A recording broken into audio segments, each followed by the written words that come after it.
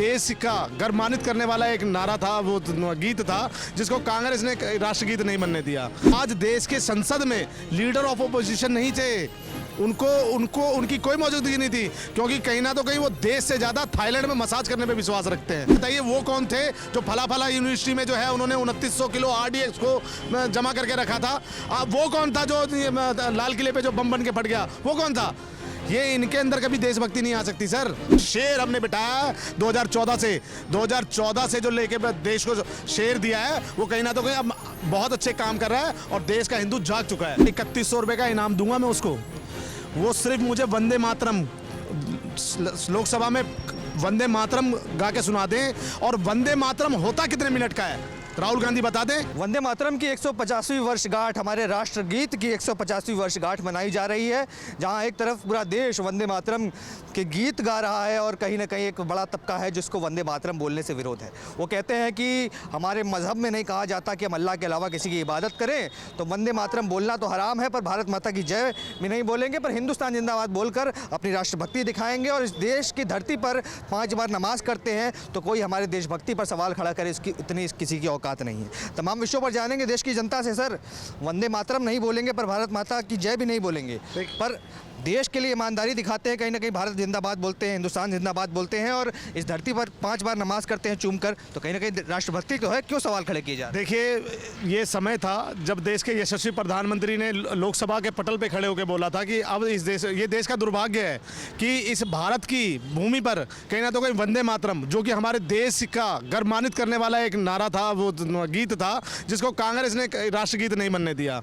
और मैं कह रहा हूँ कि ये देश का दुर्भाग्य है, और जो क्योंकि देश का दुर्भाग्य इसलिए बोल रहा हूं कि लीडर ऑफ ऑपोजिशन जो राहुल गांधी खान, जो अपने आप को बोलते हैं कि मैं जो है देश को बचाने निकला हूं, देश के संविधान को बचाने निकला हूं, आज देश की जब प्रधानमंत्री ने चर्चा पे बुलाया तो आज देश के संसद में लीडर ऑफ ऑपोजिशन नहीं थे, उनकी कोई मौजूदगी नहीं थी, क्योंकि कहीं ना तो कहीं वो देश से ज़्यादा थाईलैंड में मसाज करने पे विश्वास रखते हैं। आज देखिए ना कि बिहार चुनाव होते ही कहीं ना तो कहीं भाग गए।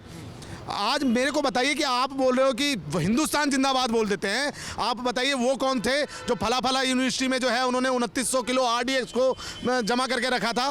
वो कौन था जो लाल किले पे जो बम बन के फट गया, वो कौन था?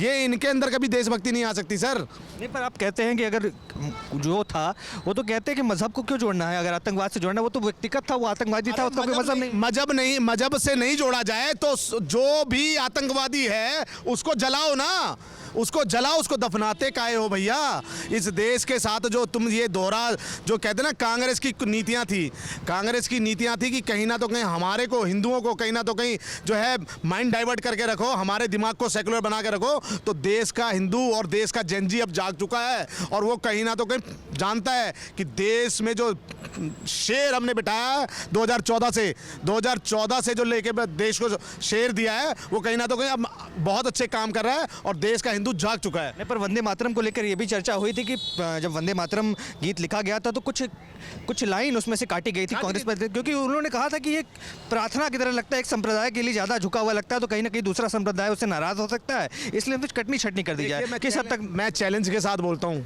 लीडर ऑफ ऑपोजिशन है ना राहुल गांधी, मेरे पास 3100 रुपये पड़े हैं अभी, ये 3100 रुपये का इनाम दूंगा मैं उसको, वो सिर्फ मुझे वंदे मातरम लोकसभा में वंदे मातरम गा के सुना दें। और वंदे मातरम होता कितने मिनट का है राहुल गांधी बता दें। जिसके घर से ना जाने कितने प्रधानमंत्री और कितने नेता निकले। अरे ये तो कांग्रेस की विचारधाराएं थी जो कांग्रेस ने कहीं ना तो कहीं देश के साथ, आप बताइए ना, सेकुलर शब्द था कहीं संविधान में? किसने जोड़ा? इंदिरा गांधी ने जोड़ा सेकुलर बना के, और एक को जो है कट्टरपंथ बनाने का काम किया। ये जय फिलिस्तीन बोल देंगे, जय हमास बोल देंगे। जब ऑपरेशन सिंदूर हुआ ना तो ऐसी बात भी निकल के आई, जब पाकिस्तान में जो यहाँ की कुछ महिलाओं ने पाकिस्तान में शादी करी हुई है 5 लाख महिलाओं में। अब मुझे एक बात बता दीजिए, अगर आज युद्ध होता है, आज हम पाकिस्तान से युद्ध की तैयारी कर रहे हैं। अगर आज युद्ध होता है पाकिस्तान से तो वो 5 लाख महिलाएं किसका साथ देंगी? वो निश्चित तौर पे अपनी शौहर का साथ देंगी। जो वीडियो कॉल पे अपने पति बना चुकी है पाकिस्तान में, वो भारत की तो सगी नहीं हो सकती। तो ये सोचने वाली बात है। ये जो लिब्रांडू है ना, ये जो कह रहे हैं कि हम हिंदुस्तान जिंदाबाद बोल देंगे और भारत माता की जय नहीं बोल देंगे, तो मुझे एक कारण बता दो आप किस वजह से कह रहे हो कि हम वंदे मातरम नहीं बोलेंगे? वंदे मातरम अगर देखा जाए तो देश की आज़ादी में सबसे अहम भूमिका इस गाने की थी, जिसको आज कहीं ना तो इसको राष्ट्रगीत नहीं बनने दिया कांग्रेस ने। आप देख रहे हैं सौगंध टीवी, सौगंध वतन की।